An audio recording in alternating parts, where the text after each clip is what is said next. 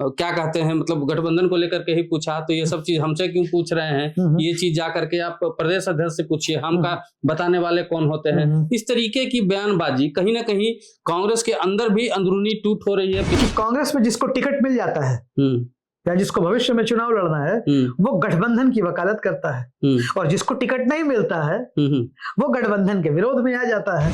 AIMIM भी कांग्रेस के विरोध में चुनाव लड़ रही थी, आज बीजेपी और MIM ने मिलकर के वहां पे अपना बोर्ड बना लिया है। तो राजनीति में कहीं कोई A टीम और B टीम नहीं है, राजनीति में कोई विचारधारा नहीं रह गई है, सिर्फ धारा रह गई है। बिहार में भी उसके बाद खेला हुआ, नीतीश कुमार जी बीजेपी छोड़ के दोबारा महागठबंधन के साथ आए, फिर चले गए छोड़ करके। खेला होने का जो शब्द है उसके भी 5 साल पूरे हो गए हैं। पश्चिम बंगाल विधानसभा चुनाव से शब्द की खोज हुई थी, खेला होवे। राजेश राम ने पिछले दिनों 1 दिसंबर को ये बयान दिया था कि हमारा गठबंधन सिर्फ चुनाव को लेकर था, अब किसी पार्टी के साथ गठबंधन नहीं है। ये बातें राजेश राम की थी, बिहार प्रदेश के अध्यक्ष हैं कांग्रेस के। कांग्रेस का नीति निर्धारण ऊपर से होता है, यानी कि दिल्ली से होता है। तो ऐसे में प्रदेश के स्तर से कही गई कोई बातों का बहुत गठबंधन की राजनीति होगी, टूटेगी, रहेगी, इस पर बहुत कुछ डिपेंड करता है। तो देखिए, गठबंधन जो है वो सरकार चलाने के लिए होता है, विपक्ष के लिए कहीं कोई गठबंधन नहीं होता है। तो ऐसे में जब आंदोलन शुरू करने जा रही है कांग्रेस, तो उसमें राजद की कहीं कोई भूमिका दिखाई अभी तक नहीं दे रही है। लेकिन यादव गायब है। और राजनीति में एक बात याद रखिए कि अवकाश नहीं होता, राजनीति में कोई छुट्टी नहीं होती। शीर्ष नेतृत्व को बरगलाया भी तो जा सकता है, जिस तरीके से टिकट बंटवारे में धांधली का आरोप कांग्रेस के नेताओं ने ही लगाया। कि आने वाले चुनाव में राजद ने जो प्रदर्शन किया है, अब राजद को कांग्रेस की बात माननी ही पड़ेगी। और अगर राजद कांग्रेस की बात नहीं मानेगी, अगर राजद के समर्थक कांग्रेस के प्रति वैसी ही बातें करेंगे जैसे वो करते आए हैं, तो स्थिति बहुत अच्छी नहीं रहने वाली है। देखिए, कहते हैं कि खरमास के बाद मकर संक्रांति आती है, और मकर संक्रांति का दही चूड़ा खाते ही बिहार की राजनीति में बड़ा बदलाव होता है। क्या इस बार भी बिहार की राजनीति में कुछ बड़े बदलाव देखने को मिल रहे हैं? मकर संक्रांति एकदम नजदीक है, तो हम ये कह सकते हैं कि महागठबंधन में सत्ता पक्ष में कोई विशेष बदलाव नहीं है, लेकिन महागठबंधन में बड़ा बदलाव नजर आ रहा है। क्या कुछ होगा और किन कारणों से बदलाव आ रहा है? आरजेडी और कांग्रेस के बीच में सब कुछ ठीक नहीं चल रहा है, क्या कारण है, वजह क्या है? तमाम चीजों को समझेंगे हम आज। और हमारे साथ बातचीत के लिए सिमरनजीत सिंह हैं, पॉलिटिकल एनालिस्ट हैं, और बिहार की राजनीति पे, खास करके कांग्रेस की राजनीति पे इनकी जो है अच्छी पकड़ है।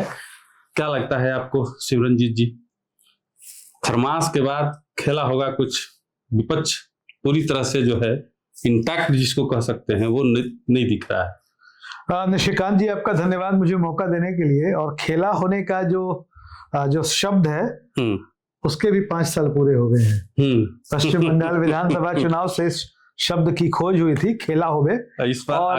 और वो बिहार में भी खूब प्रचलित हुआ। बिहार में भी उसके बाद खेला हुआ। नीतीश कुमार जी बीजेपी छोड़ के दोबारा महागठबंधन के साथ आए, फिर चले गए छोड़ करके। तो बिहार में लगातार खेला होता रहा है। जहां तक बात आरजेडी और कांग्रेस के रिश्ते पर आपने कही, तो देखिए, गठबंधन जो है वो सरकार चलाने के लिए होता है, विपक्ष के लिए कहीं कोई गठबंधन नहीं होता है। विपक्ष में गठबंधन की कोई गुंजाइश भी नहीं होती। जब चुनाव नजदीक आते हैं तो चुनाव जीतने के लिए, सरकार बनाने के लिए, ध्येय तो सबका यही है, लक्ष्य सरकार बनाना है, उसके लिए गठबंधन होता है। तो अभी जो हम हाल फिलहाल की खबरें देख रहे हैं कि जो मनरेगा का नाम परिवर्तित करके जी राम जी कर दिया गया है, तो कांग्रेस उस पर मुखर है। जाहिर तौर पर उसमें से महात्मा गांधी का नाम हटाया गया है। तो कांग्रेस को ये मुद्दा अपने लिए मुफीद लगता है राष्ट्रीय स्तर पर। तो जो कांग्रेस का शीर्ष नेतृत्व है उसने बिहार में भी आंदोलन चलाने की बात कही है इस मुद्दे को लेकर। तो मनरेगा जैसी योजनाओं का बिहार से बड़ा गहरा खास कनेक्शन रहा है, बिहार से ही इसकी शुरुआत हुई है। तो ऐसे में जब आंदोलन शुरू करने जा रही है कांग्रेस, तो उसमें राजद की कहीं कोई भूमिका दिखाई अभी तक नहीं दे रही है। लेकिन विधानसभा में चूंकि सरकार नहीं बनी है, सरकार के खिलाफ अभी कोई बहुत मामले नहीं है, नवगठित सरकार के खिलाफ कोई प्रदर्शन आंदोलन जैसी बात नहीं है। और अगर सरकार आने वाले विधानसभा सत्र में आप देखेंगे कि राजद और कांग्रेस के विधायकों का रुख क्या होता है। हालांकि अब ये लोग बहुत गिनती के रह गए हैं, पहले की तरह मजबूत विपक्ष है नहीं, तो अब ये लोग साथ नजर आते हैं कि नहीं नजर आते हैं, उस पर काफी चीजें निर्भर करती हैं। देखिए, ऐसा इसलिए भी हम कह रहे हैं कि राजेश राम ने पिछले दिनों 1 दिसंबर को ये बयान दिया था कि हमारा गठबंधन सिर्फ चुनाव को लेकर था, अब किसी पार्टी के साथ गठबंधन नहीं है। ये बातें राजेश राम की थी, बिहार प्रदेश के अध्यक्ष हैं कांग्रेस के। और दूसरी तरफ शकील अहमद खान, कांग्रेस विधायक दल के पूर्व नेता भी रह चुके हैं, आरजेडी से गठबंधन का कोई मतलब नहीं है, यह एक आत्मघाती कदम है। ये बातें उन्होंने कही। बिल्कुल। प्रदेश प्रभारी जो कांग्रेस के हैं वो भी कह रहे हैं कि कांग्रेस ने अभी समीक्षा बैठकें पूरी की हैं, हमारे पास पूरे विकल्प खुले हैं, तमाम तरह की बातें हैं। दूसरी तरफ जब हम देखते हैं कि जो विपक्ष का जो मुद्दा है उस पे भी अलग अलग राहें हैं। कांग्रेस जो है जी राम जी को लेकर के मुखर है, जबकि आरजेडी जो है अभी फिलहाल जो बिहार में जो एक घोषणा हुई है, सवर्ण जो ये सोना चांदी के दुकानदार हैं, जो उनके तरफ से एक संघ के तरफ से घोषणा हुई है कि बुर्का पहनने वालों को हम नहीं देंगे, तो उनका मुद्दा अलग चल रहा है, इनका मुद्दा अलग चल रहा है, तो कहीं ना कहीं अलगाव तो है, हो ही गया। नहीं, इसको मैंने आपको पहले भी कहा। देखिए, एक बात तो आप समझ लें निशिकांत जी, राष्ट्रीय जनता दल और कांग्रेस का जो अलायंस है या किसी भी दल का अलायंस है, वो सरकार चलाने के लिए होता है या चुनाव लड़ने के लिए होता है। हाल फिलहाल में कोई चुनाव नहीं है। राष्ट्रीय जनता दल के नेता तेजस्वी यादव, जो विपक्ष के नेता भी हैं, विपक्ष की बड़ी भूमिका है, और जब सरकार बन जाती है उसके बाद तो और बड़ी भूमिका है, लेकिन तेजस्वी यादव गायब है। और राजनीति में एक बात याद रखिए कि अवकाश नहीं होता, राजनीति में कोई छुट्टी नहीं होती, लेकिन वो छुट्टियां बिता रहे, खैर उनका निजी जीवन है। कांग्रेस के साथ एक चीज क्या है कि आपने जो प्रदेश अध्यक्ष हैं राजेश राम, उनके बयानों को कोट किया आपने, तो कांग्रेस एक राष्ट्रीय दल है, कांग्रेस का नीति निर्धारण ऊपर से होता है, यानी कि दिल्ली से होता है। तो ऐसे में प्रदेश के स्तर से कही गई कोई बातों का बहुत गठबंधन की राजनीति होगी, टूटेगी, रहेगी, इस पर बहुत कुछ डिपेंड करता है।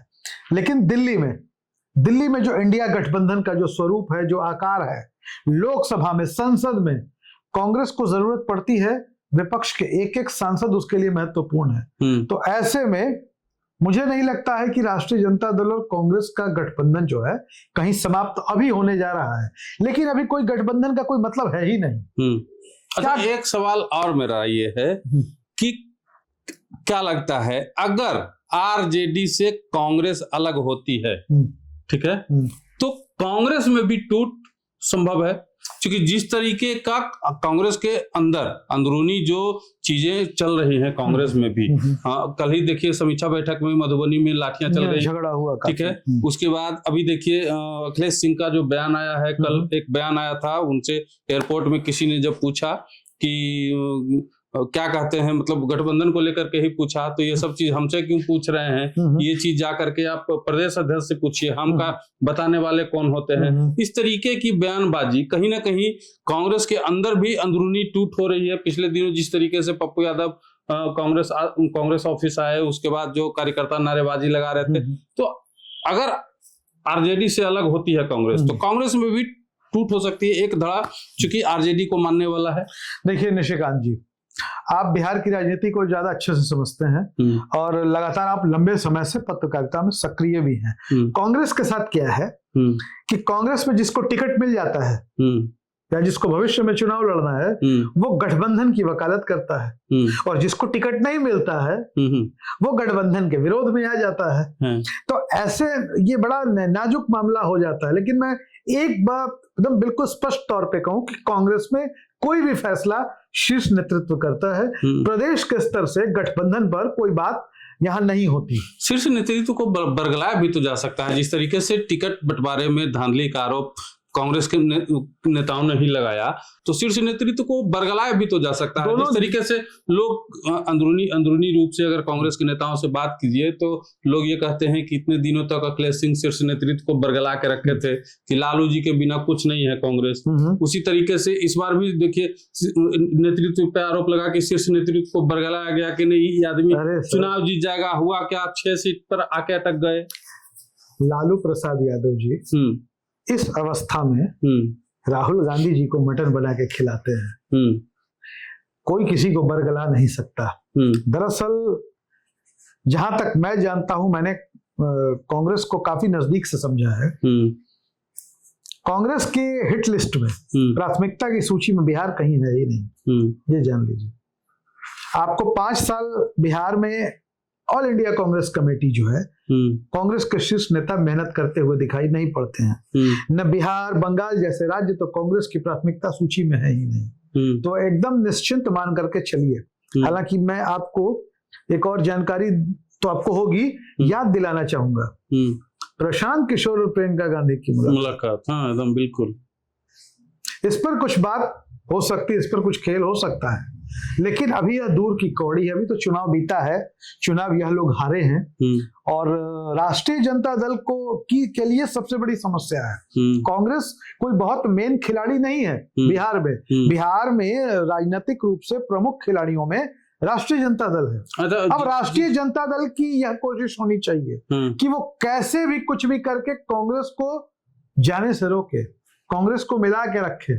राष्ट्रीय जनता दल के लिए मुश्किल समय है। जिस तरीके की बातें आप कर रहे हैं, प्रियंका गांधी का प्रशांत किशोर के साथ मिलना, तो जिस तरीके के आरोप राष्ट्रीय जनता दल का प्रशांत किशोर पे लगाते आया कि कांग्रेस की बी टीम, बीजेपी की बी टीम है, तो जिस हिसाब से आप बातें कर रहे हैं, तो प्रशांत किशोर कांग्रेस की बी टीम थे, बीजेपी की बी टीम नहीं थे के तौर पे काम करके। राजनीति में हर कोई एक दूसरे को ए टीम बी टीम कहते रहता है।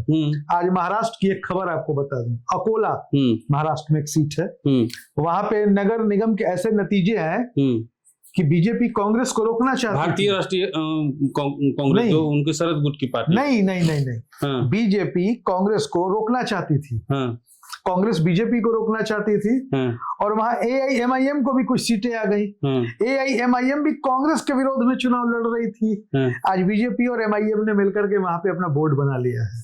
तो राजनीति में कहीं कोई ए टीम और बी टीम नहीं है। राजनीति में कोई विचारधारा नहीं रह गई है, सिर्फ धारा रह गई है। वो धारा जो सत्ता की ओर लेकर जा सके, और किस हर पार्टी को यह अधिकार है, हर नेता को अधिकार है चुनाव लड़ने का। कुछ लोग तो MIM को भी बी टीम, सी टीम, डी टीम जो कहना है कह लीजिए। तो चुनाव सिर्फ आपके लड़ने के लिए नहीं छोड़ा जा सकता ना।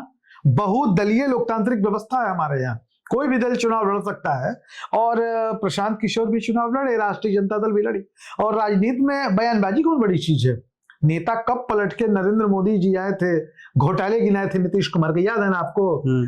40-50 घोटाला गिना दिया कि नीतीश कुमार की सरकार में इतने घोटाले, और अमित शाह देश के गृह मंत्री, नो एंट्री, नीतीश कुमार के लिए नो एंट्री, एंट्री हो भी जाती है। अब नीतीश कुमार जी को परेशान अगर किया गया कि भाई अब हम तो सबसे बड़ी पार्टी बीजेपी बनने जा रही है या बन गई है, अब हम सरकार चलाएंगे, आप साइड होइए, 5 मिनट नीतीश जी नहीं लगाएंगे, 6ठे मिनट में आप देखिएगा गठबंधन इधर का उधर हो गया, सरकार इधर से उधर हो गई। तो कोई बहुत बड़ी चीज नहीं है, लेकिन आज की तारीख में गठबंधन को बचाए रखना राष्ट्रीय जनता दल के लिए जरूरी है, कांग्रेस के लिए बहुत जरूरी नहीं है। कांग्रेस को जरूरी इसलिए नहीं है कि कांग्रेस यहाँ पे सत्ता में नहीं है और मेन मुख्य खिलाड़ी नहीं है। तो इस यही सब बात को लेकर के नहीं लोग कहते हैं कि कांग्रेस 2029 की तैयारी कर रही थी, विधानसभा चुनाव में भी उसको 2025 से कोई मतलब ही नहीं था। कांग्रेस जो है आरजेडी को हराने के लिए यहाँ बस एक्टिव थी, आरजेडी को हरा के 79 से 25 पे ला दी। अब कांग्रेस का काम पूरा हो गया, अब वो आराम से 2029 का तैयारी करेगी। 2029 में अगर गठबंधन होगा भी तो ऐसा स्थिति रहेगा कांग्रेस का कि बार्गेनिंग कम से कम अब ये कर सकती है। अब देखिए एक चीज है निशिकांत जी, सोशल मीडिया पर जब आप जाते थे पिछले विधानसभा चुनाव के बाद से जो परिस्थितियां बनी, तो राष्ट्रीय जनता दल के जो कार्यकर्ता थे, समर्थक हैं, नेता थे, वो कांग्रेस को नीचा दिखाने में, कांग्रेस को अपमानित करने में कोई कोर कसर नहीं छोड़ते थे। मतलब कांग्रेस से बड़ा माले को दिखाया जाता था, स्ट्राइक रेट की बात कही जाती थी। आपको मालूम है ना कि मरा हुआ हाथी भी 1.25 लाख का होता है। तो कांग्रेस देश की वो पार्टी है जो आज भी माले और वीआईपी जैसी पार्टियों से बहुत ऊंचाई थी। अब बार बार स्ट्राइक रेट की बात किया करते थे। अरे सच्चाई तो यह है कि माले ने राजद से वही सीटें ली जो या तो यादव बहुल सीटें थी या राजद की मजबूत सीटें थी। आप देख सकते हैं, वैसी सीटों को माले लेती थी और जीत जाती थी, जबकि कांग्रेस हमेशा से कमजोर सीटों पे चुनाव लड़ती आई। तो कांग्रेस ने सीटों को लेकर के, संख्या को लेकर के बार्गेनिंग जरूर की, लेकिन मनपसंद सीटों वाली स्थिति कभी नहीं बनी। और हाँ, अब ऐसी स्थिति जरूर है कि आने वाले चुनाव में राजद ने जो प्रदर्शन किया है, अब राजद को कांग्रेस की बात माननी ही पड़ेगी। और अगर राजद कांग्रेस की बात नहीं मानेगी, अगर राजद के समर्थक कांग्रेस के प्रति वैसी ही बातें करेंगे जैसे वो करते आए हैं, तो स्थिति बहुत अच्छी नहीं रहने वाली है। कांग्रेस आज की तारीख में मजबूत बार्गेनिंग पावर में आ गई है और तेजस्वी यादव के नेतृत्व में ये चुनाव लड़ा गया था, आखिरी समय तक टिकट बांटा गया था, फ्रेंडली फाइट जैसी स्थिति पैदा हुई थी। और अब तो प्रशांत किशोर तो मीटिंग कर ही रहे हैं। कांग्रेस के सामने तो विकल्प हैं, राजद के पास कोई विकल्प अब की आज की तारीख में नहीं है। चलिए चर्चा को यहीं विराम देते हैं। तमाम बिंदुओं पे चर्चा किए सिमरनजीत भाई जी हमारे ऑफिस आए, कार्यालय आए और उन्होंने अपनी बात रखी, अपने हिसाब से, अपने तरीके से अपना तर्क जो है आप तक पहुंचाया।